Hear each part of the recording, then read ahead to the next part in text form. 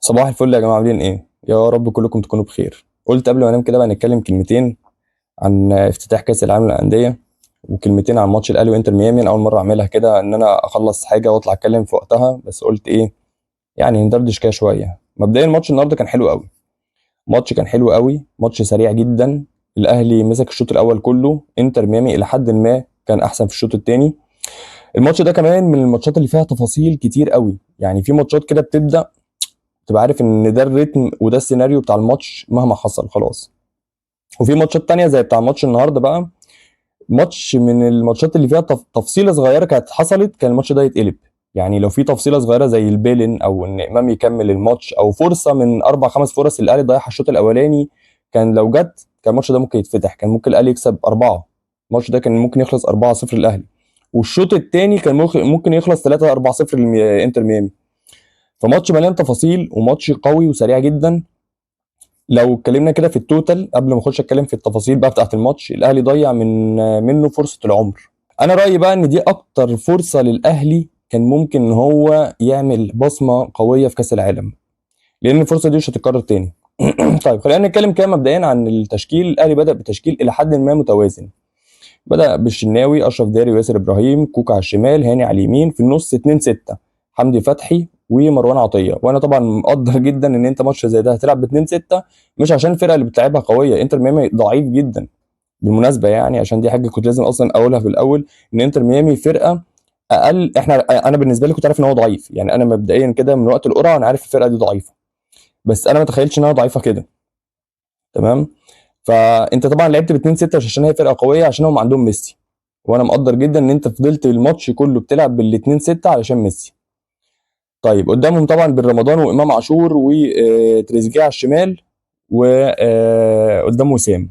في حاجه بس انا مش فاهمها ومتاكد ان الناس كلها مش فاهماها، هو ليه النهارده الاهلي ما لعبش بوينج يمين صريح الماتش كله؟ انا مش فاهم الحكمه في ان الاهلي النهارده بيلعب بتريزيجيه وينج شمال، وامام عاشور يعتبر 8 قدام 2 6 اللي هم حمدي ومروان.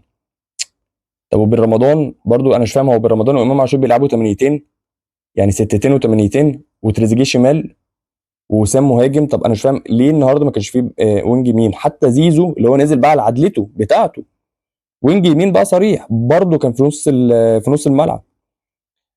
في حاجه برضو يعني في اخر مثلا اقول لك في اخر تلت ساعه لما زيزو طلع تقريبا في الدقيقه 73، انا اراهن ان في حد من الدقيقه 73 عارف مراكز اللعيبه ايه. يعني من الدقيقه 73 لحد ما لما الماتش خلص ال 20 دقيقه ديت بالوقت بدل الضايع، ما حدش عارف حسين الشحات بيلعب مركز ايه، او طاهر بيلعب مركز ايه، او قفشه بيلعب ايه. وحتى زيزو قبل ما يخرج بحاجه بسيطه كده ما كناش عارفين هو بيلعب ايه. بس اللي احنا متاكدين منه ان ما كانش فيه وينج رايت النهارده في الاهلي، فدي نقطه انا مش فاهمها. بس انا مش بقول مش عايزين نحكم على المدرب ونعلق المشنقه ونبدا ان احنا نقطع ونقطع في الاهلي اساسا ونقعد نقول بقى الاهلي مش عارف ايه. بس هي حاجه علامه استفهام. يمكن لو حد فاهم يا جماعه النقطه او الهدف من الحركه ديت يقول لي، انا يمكن مش فاهمها وعيب مني انا. بس انا فعلا مش فاهم ايه الهدف ان الاهلي لعب ماتش كامل بدون وينج رايت. وبعدين برضو حاجه تانية، انا مش عارف هو بن شرقي مصاب الصراحه ولا لا. يعني بن شرقي برضو كان لازم النهارده يشارك على الاقل 10 دقائق مكان طاهر او قفشه. ما فهمتهاش برضو بصراحه. فرقه انتر ميامي فرقه ضعيفه جدا، الاهلي ضيع منه فرصه مش هتتكرر تاني ان انت بتشارك في كاس العالم للانديه. الثلاث نقط دول كانوا هيفرقوا معاك جدا في الصعود. انا اتوقع ان فرقه بالميراس هتبقى رتمها اسرع من كده بكتير. فرقه انتر ميامي بطيئه جدا. انا في والله لقطات كده في الماتش كنت بفتكر ان الحكم موقف الماتش او في صفاره او في حد وقع، بكلم لا بيلعبوا عادي ومفيش حاجه يعني فاهم. فطبعا بالميراس مش هتلاقي قدامهم الكلام ده خالص. الكره البرازيليه السريعه ممكن تلاقي دفاعهم برده مش اقوى حاجه كالعاده الفرق البرازيليه، بس اكيد اكيد هيبقى رتمهم اسرع من اللي احنا شفناه النهارده من انتر ميامي. بالاضافه لكده بقى بورتو انا متاكد ان انت للاسف هتروح لهم بدنيا واقع. ماتش التالت بتاع بورتو ده دي عدم في الفرق والمنتخبات المصريه زي كده كاس القارات 2010 لما لعبنا قدام البرازيل وايطاليا وخسرنا من امريكا. تيجي مش عارف تعمل ايه في الماتش التالت، لازم تلعب بدنيا لان الفرقه وقعت. بالاضافه ان الفرق الاوروبيه بتلعب بضغط عالي جدا زي انتر ميامي اللي سابتك تحضر النهارده ياسر ابراهيم والشناوي وداري ويقعدوا يبصوا لورا وهم واقفين بيتفرجوا عليك عشان عندهم سواريز مش قادر يجري اساسا وعندهم كام لاعب اساسا بيضغط غلط. الكلام ده مش هتلاقيه قدام بورتو خالص، مش هتلاقيه قدام فرقه اوروبيه اساسا مهما لو فرقه من النمسا هتلاقيهم بيضغطوا عادل. حلو كده. فانت مش هتلاقي الفرقه اللي انت لعبتها النهارده ديت تاني على مدار البطوله كلها. الماتش الجاي هيبقى ماتش سريع قوي. دفاعك اصلا يا اهلي مش اقوى حاجه للاسف. تاني دفاعك مش اقوى حاجه. عندك ياسر ابراهيم وداري لعبوا النهارده ماتش كانوا واقفين على رجلهم تمام، بس على قد الفرقه اللي قدامهم. انما لو فرقه سريعه وفرقه بوانتوهات في نص الملعب وبتتوغل وي وي وي لا، هتلاقي الاهلي في الدفاع هتبقى فيه مشكله. ولو فرقه ضغطت عليك بطريقه اقوى من كده برضه هتبقى فيها مشكله. فمن الاخر كده الثلاث نقط بتوع النهارده كانوا هيفرقوا معانا جدا، كانوا هيفرقوا معانا في حته الصعود. كنت هتخش ماتش بالميراس الى حد ما اعصابك هاديه، بتلعب على الفوز، ما جاش هتلعب على التعادل عادي خالص، ان هيبقى عندك ساعتها 4 نقط. عكس الماتش الجاي انت كده بتدور على الفوز، لان بالميراس اسهل من بورتو. ماتش بورتو هيبقى صعب جدا يا جماعه، بورتو فرقه قويه، وكمان انت هتبقى بدنيا واقع. فشيلوا ماتش بورتو خالص من الحسبان، ولازم ماتش بالميراس ده لو الاهلي عايز يصعد يكسب. حلو كده. فانت كنت هتكسب السهل وتدور على نقطه من الماتش الصعب، انت عملت العكس. في سوء توفيق، طبعا في سوء توفيق في البيلن، في سوء توفيق. اصابه امام عاشور نصيب الحمد لله، فيها سوء توفيق طبعا للفرقه. الثلاث اربع فرص اللي ضافوا في الشوط الاولاني فيهم برضو اكيد سوء توفيق. طيب عندنا كمان كام لاعب النهارده لازم نحط عليهم سبوت كده.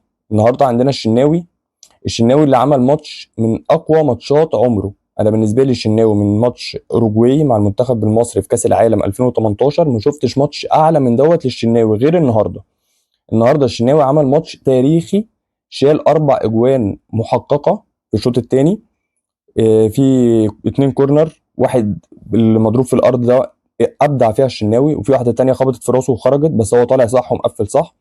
في واحده اللي غلط فيها ياسر ابراهيم، هو طلع وقفل صح. في واحده اللي ميسي رفعها وكانت ساقطه برضو. حتى في الكورنرات كل كورنر يطلع يخبطها صح، مفيش حاجه طلع على الهوا ولا.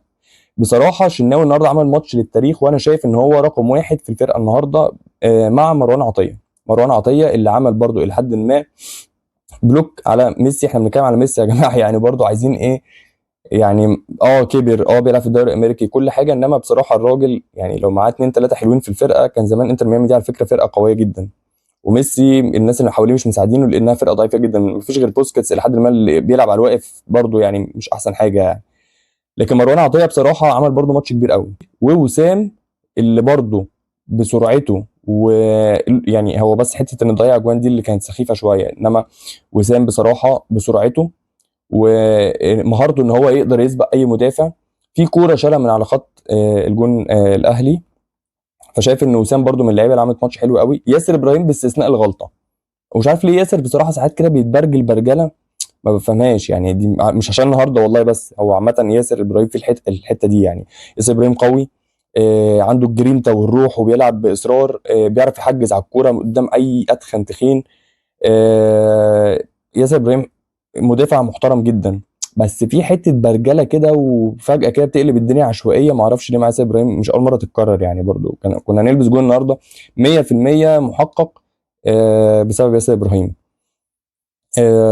انا مش شايف ان في حد تاني على مستوى الثلاثه اللي انا قلتهم دول، الشناوي وسام ومروان عطيه. شايف اللي بعد كده بصراحه الحته بتاعت اللي ورا راس الحربه دي كلها تخبيط، كلها تخبيط.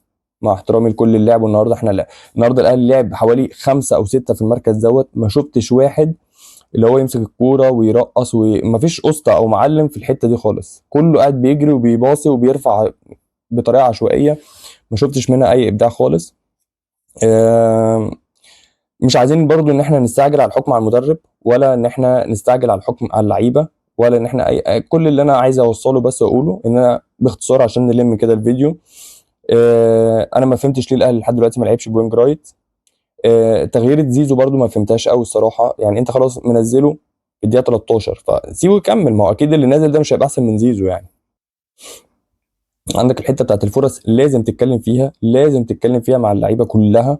الحته بتاعت الفرص دي اي لاعب، الفرق الكبيره اللي بتلعب على الصعود واللي بتلعب على التنافس والكلام دوت، انت بتجيلك فرصه بتخلص منها. هم على فكره كانوا يعملوا كده الشوط الاولاني، حتى الشوط الاولاني كانوا هم وحشين قوي، بس كان ممكن بفرصه يخلص لك الدنيا كلها. تلاقي لوب 1 2 مع ميسي مش عارف ايه، يروح هوب جايب فيك الجون الاولاني.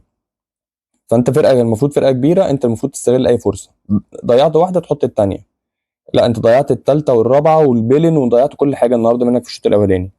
برضو حته حسين الشحات اخر فرصه خالص في الدقيقه 96 دي لا تعليق، مش عايزين ان احنا ننزل بس بتقلنا في اول ماتش كده، بس انا ما فهمتهاش، وهو تقريبا ما فهمش هو عمل ايه. يعني هو نفسه اكيد انا لو سالته دلوقتي اقول له يا كابتن حسين هو انت ليه عملت كده، يقول لي انا ما اعرفش. ده فجاه خد الكوره من الجون لحد ما وصل الجون عندهم وهو بيجري بس، لا شاط ولا باصه ولا رقص ولا عمل اي حاجه، قاعد بيجري بالكوره بس. فده طبعا ملوش تفسير عندي غير ان هو فكر 20 تفكير، يعني هو كان بيفكر يعمل ايه وهو بيجري. مش حابب ان انا اقعد اعيد وازيد في الكلام كتير. ماتش لجمهور الاهلي يحرق الدم صراحه. فرصتك ان انت كنت تضمن اول خطوه في الصعود النهارده، لا انت زنقت نفسك في الماتشين الجايين. ماتش بالميراس هيتعمل عليك هجمات مرتده هتبقى اسرع بكتير قوي من انتر ميامي الفرقه البطيئه اللي لعبتك النهارده. لا، بالميراس هتبقى فرقه سريعه وهتلعب عليك كونتر اتاك سريع جدا. دفاع الاهلي اصلا مش اقوى حاجه للاسف. ماتش بورتو هيتلعب عليك ضغط قوي جدا. الفرق الاوروبيه كعادتها هتيجي هتضغط على الشناوي اساسا، مش هيقعدوا يسيبوك تقعد تباصي زي النهارده برضو. اكتر ماتش كان يضمنك انك تصعد النهارده. يعني ما تعرفش ايه اللي هيحصل، يمكن لعيبه الاهلي تفوق كده وتحس ان هي ضيعت منها ماتش سهل فتنزل جزه الماتش الجاي. كل حاجه هتبان. اصابه امام عاشور طبعا يعني هتفرق كتير قوي مع مع الاهلي. انا مش عارف صراحه هو بن شرقي مصاب ولا لا، ومش عارف هو المدرب هيقعد يلعب بخطه من غير وينج رايت دي ولا لا. بس عامه كل حاجه هتبان الفتره الجايه. عامة ان شاء الله نتقابل بالماتش الجاي على خير. ولو الفيديو عجبكم باذن الله اعمل لايك عشان اطلع لك الماتش الجاي اتكلم شويه. لو مفيش لايكات بصراحه مش هعملها تاني، عشان انا مش متعود عليها ان انا اطلع اتكلم كده شويه بعد اي ماتش. يلا صباح الخير، اشوفكم على خير.